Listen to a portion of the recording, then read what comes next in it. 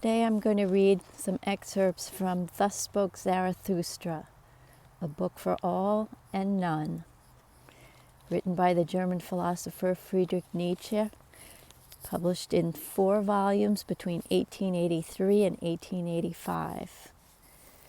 I'll be reading some lines from the 3rd part, the chapter called The Spirit of Gravity, from the translation by Walter Kaufman in 1954.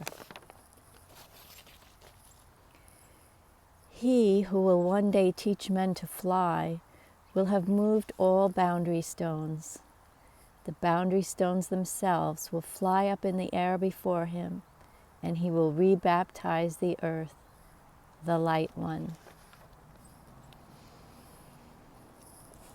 The ostrich runs faster than the fastest horse, but even he buries his head gravely in the grave earth, and even so the man who has not yet learned to fly. Earth and life seem grave to him, but whoever would become light and a bird must love himself. Thus I teach. Not, to be sure, with the love of the wilting and wasting, for among those even self-love stinks. One must learn to love oneself. Thus I teach, with a wholesome and healthy love, so that one can bear to be with oneself and need not roam. And verily, this is no command for today and tomorrow, to learn to love oneself.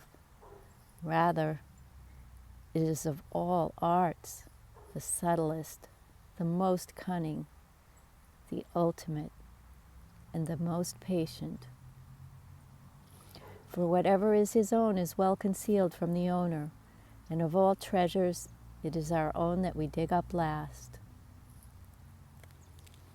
And verily, much that is our own is also a grave burden, and much that is inside man is like an oyster, nauseating and slippery and hard to grasp, so that a noble shell with a noble embellishment must plead for it. But this art too one must learn, to have a shell and shiny sheen and shrewd blindness. Moreover, one is deceived about many things in man, because many a shell is shabby and sad and altogether too much shell.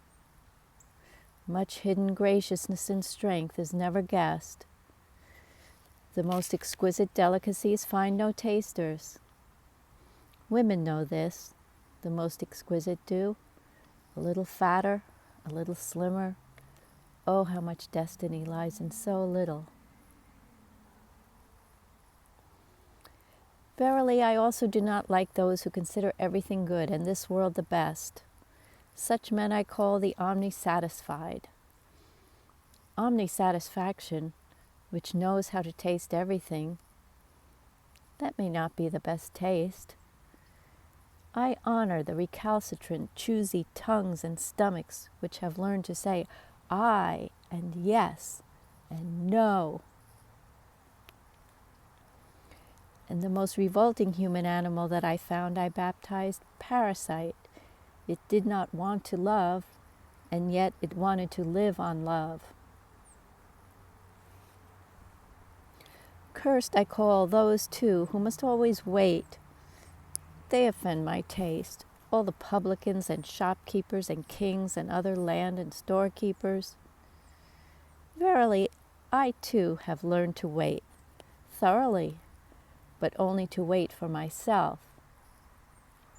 And above all, I learned to stand and walk and run and jump and climb and dance.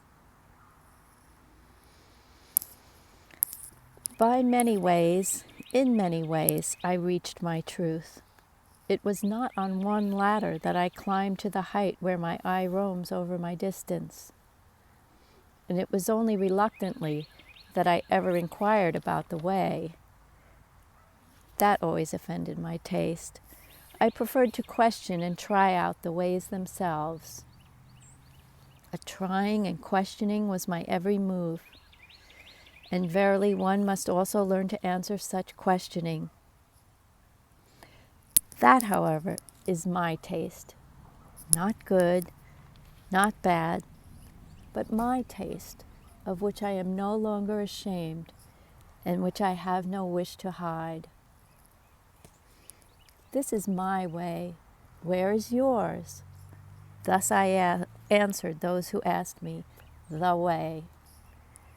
For the way, that does not exist. Thus spoke Zarathustra.